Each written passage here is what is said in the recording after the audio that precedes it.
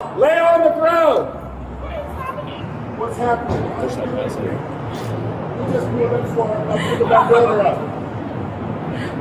What are you guys doing? Outside of baggage claim at Terminal 3 here at Sky Harbor, a former Arizona Cardinal and his daughter put into handcuffs, part of a homicide investigation. Now they're seeking $1 million in damages, saying officers detained the wrong people. Why are you guys arresting us? We'll explain everything right now, okay? Okay. Mesa police told Lisi his car matched a description for a homicide suspect at a Mesa apartment about 10 minutes away. We had eyes on you for a while. New notices of claim filed this week by civil rights attorney Benjamin Taylor. He's face down. Officers there, they had guns blazing. Doesn't make any sense. Police telling ABC 15 in April officers made the decision to detain Lisi, worried a shooting suspect may enter the busy airport. Officers at the airport learning from police at the apartment shooting scene that the suspect there was described by witnesses as a white man, then letting Lisi go. We're gonna take your cuffs off you, okay, sir? Okay, thank you. The notice of claim alleges this was the actual suspect.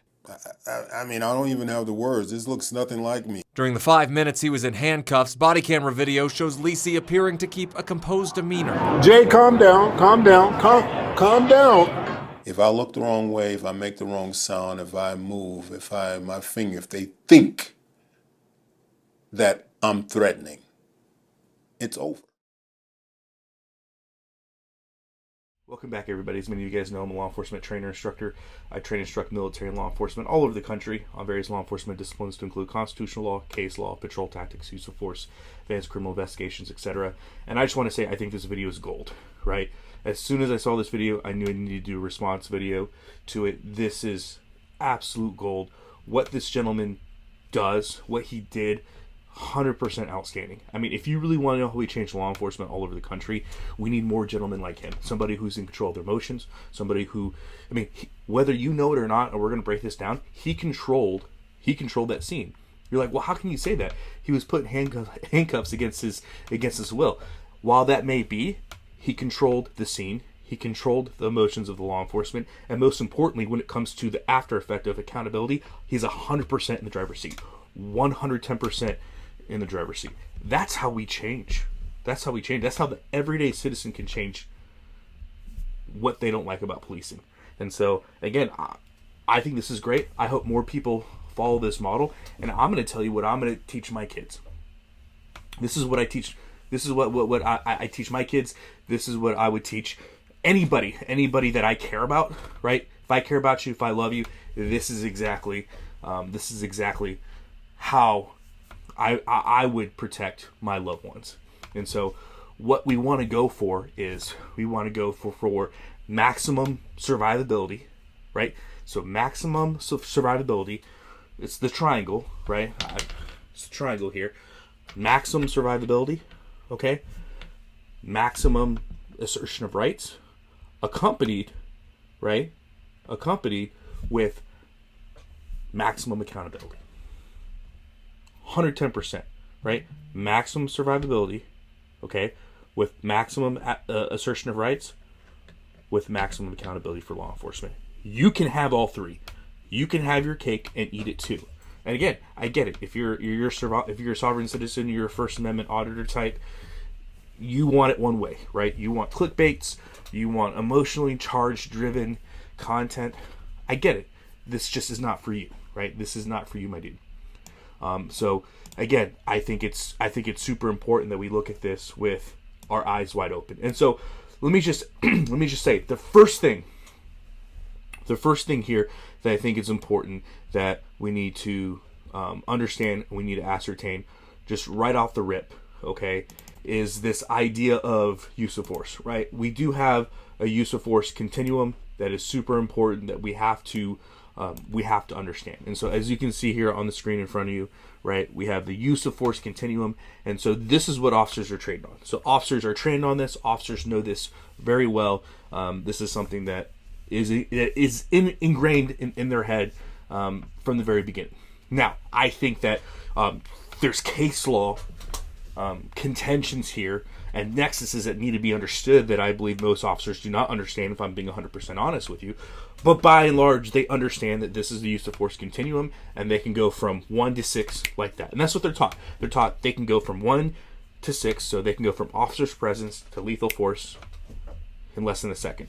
And the truth is, they absolutely can't. There's countless videos of this online. There's countless trainings that they are subjugated to, that they are exposed to, scenarios that they're exposed to where they go from 1 to 6 like that. And so knowing that an officer everywhere they go is expecting to go from a 1 to 6, I'm going to use that to my benefit, 110%. And this is how I train. Again, I train young people this all the time. Like, I will train this 110% because this is how I train myself. So if I know the officer's thinking, he doesn't know me, he can go from knowing he may have to go from a 1 to 6 when he's dealing with somebody, I am not even going to allow him to give me any inclination that he has to go past 1. So is there a way I can train where I get maximum survivability accompanied with maximum assertion of my rights, accompanied with maximum accountability? Well, 110%. So as a police trainer, as a police instructor, as a FLETC, federal law enforcement training instructor for the federal government, who trains, federal officers, this is exactly what I would do. Understand the use of force continuum is a thing. So how do we do that? Well, I have designed this here for us, and take a look at. So the first thing I want to ascertain is, officer, am I being detained? Brown v. Texas, 1979, states, emphatically without equivocation, that in order for law enforcement to detain and compel identification, they need what's called a reasonable or articulable suspicion of criminal activity, right? That a crime has occurred, it's about to occur, in order to stop and detain you. So I need to ascertain very quickly, am I being detained? If the officer says, yes, 110% you're being detained. Yes, you're being detained. Okay, great. Officer, I just want you to know I don't consent to any searches or seizures of my person, and that's the United States versus Jones talks about what a search is. Supreme Court case precedents. Again, it's just good knowledge to have. I don't consent to searches or seizures of my person or property. 3, if you wish to violate my rights, I keep my wallet that has my identification and credentials here. It's in this pocket.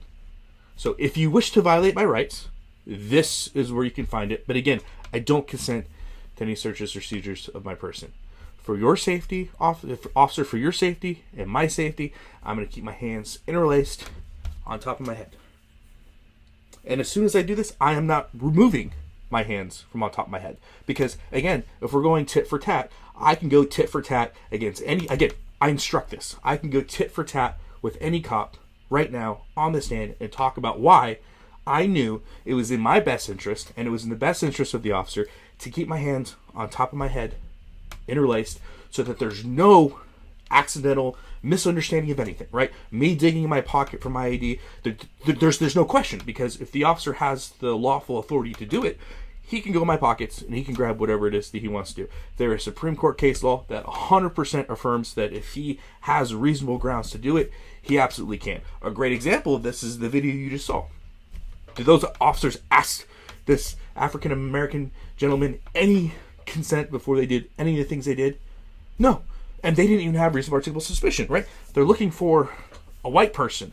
And I'll be honest, I don't know the gender of this person, but it clearly, this person they were looking for looks nothing like the person that they detained and handcuffed. So, if they have the lawful authority to do it, they don't need your consent. And knowing the use of force continuum, and knowing they're thinking from a 1 to 6, and they believe in their heart of hearts they can go from 1 to 6 at any given time, I'm going to take that completely off the table. My hands are going to be on top of my head, fingers interlaced, and again, if they want to violate my rights, I am not going to stop them. I am not going to impede them from violating my constitutional rights. I'm going to invoke my rights.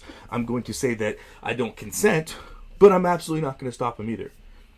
So again, for the safety of the officers, for the safety of me digging in my pockets to retrieve ID and credentialing is not safe. It's not good practice. Not for the officer, not for me. The officer, if he wants to violate my rights, can absolutely take that off of me. The next thing, number 5.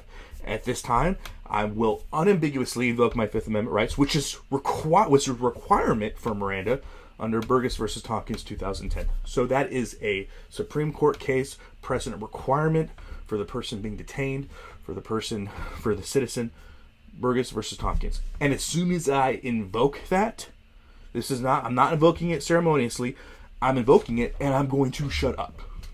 At that point, he or she knows exactly where I stand. I'm detained. I don't consent to searches or seizures of my person. If you wish to violate my rights, I'm going to tell you exactly where that ID and credentialing is. I'm going to put my hands on top of my head and release my fingers. I'm going to invoke my right to remain silent, and that's it. No more conversation is going to be had. If they want to call a supervisor, if they want to do all that stuff, that's on them, because I am not calling a supervisor roadside. I am not going to needlessly extend the stop. If they want to needlessly extend the stop because at this point they don't know what to do because they've never had this, they've never encountered this before, that's on them, right? So if the officer's like, okay, this guy's quoting case law to me, he's going down obviously a predetermined list, I don't know what to do, let me call my sergeant, let me call my lieutenant, that's on him. Again, I'm not going to say any more. I'm not going to impede him. So if he wants to needlessly allow this to carry on, that's fine. Now, why do I do it in this way? Because we know, right, that officers have qualified immunity, right? But we also know that qualified immunity is only good for things that aren't blatant constitutional rights violations, right? Again, you can see that there on your screen. So qualified immunity is not good if they're violating constitutional rights, supposed to be well-known documented constitutional rights, or if they're violating state statute. That's clearly says it right there in the Supreme Court case precedents. So what am I doing as the person that's being violated? Not only am I going through a summary of all of it, I'm giving them the case law. So if I do have to go forward with a suit, you know, they're going to have their FOP, Fraternal Order of Police, I say issued, but they're gonna, if most law enforcement are part of some FOP or some police union, so they're gonna have some legal representation, whether it's through a union or whether through the city that they work for or whatever jurisdiction. And when that lawyer gets it, I want them to get it and be like, hold on, officer, you're telling me that you didn't have reasonable articulable suspicion. You stopped this gentleman. This gentleman read case law to you, like quoted case law to you. And instead of letting him go, you then seized his stuff, and then you called the supervisor. Like, you really did all this. You really extended this stop this far? Like, really? Like, he actually read case law to you. Okay, yeah, this isn't good. And so that's why I do it in this way, because, again, if we're looking at these Supreme Court case precedents, Brown v. Texas, established in 1979, State v. Jones, 2012, Burgess versus Tompkins, 2010, right? So most of the officers you're going to come in contact with became officers after the Supreme Court case precedences were already in place. The argument that they're going to have that this wasn't well-known, established case law is absolutely ridiculous. Plus, you're quoting it to them. Again, if you want to know how you hold people accountable, especially law enforcement, it's very simple. It's very easy. Again, it's not sexy, it's not cool, it's not going to get you likes, but what's it going to do? The likelihood I'm going to survive the encounter is extremely high. More likely than not, okay, I am going to survive the encounter. Absolutely. I could go anywhere in the country with this and feel 99.999% confident, right? I'm going to survive the encounter. Again, I am not doing anything in any way in which they could even articulate any kind of use of force, utilizing any kind of force, pursuant to Connor v. Grant, pursuant to any of the use of force case law precedences. There's no way they're going to be able to articulate any kind of use of force. Again, everything is done to, again, maximize survivability, maximize my rights being asserting my own rights, and maximizing transparency, maximizing accountability on law enforcement. Boom. There it is. And so, again, if you want to make changes, if you want to see things changed, if we had more citizens doing this, things would be forced to change. You would force law enforcement's hand because they would no longer have an argument for, because again, you got to think there's multiple violations, right? Number one is violated because if they don't have reasonable articulable suspicion of a crime, boom, that's violation number 1. Number 2, if they go into your pockets and retrieve your ID, that's another violation. So there's so many violations here, right, that they're just stacking on top of each other that come at no risk to you. And so, at least no risk of physical bodily harm, right? And so, again, this just makes too much sense. And if more people did it, guaranteed, we would change law enforcement immediately overnight, right? The amount of money lost in lawsuits. I mean, again, and the amount of money that would be lost it's life changing. And so, again, it's very simple, it's very easy. But again, I get it. It's not gonna get you clickbait. It's not gonna be a clickbait rager. It's not gonna be cool on social media, but it will save your life, and it will make a difference. And it'll probably make you a lot of money too, if we're just being honest. If you're wanting to maximize the amount of money that you get from these cities, I mean, this is going to do that as well. I'm not saying that's the goal, but for your troubles, it'll get you there. So there you go. I hope this video was helpful for you guys. If you guys have any questions, leave in the comment section below. But most importantly, tell me what you think. Do you think how this gentleman handled it is good? What do you think of this template here for asserting and protecting your rights and surviving the encounter?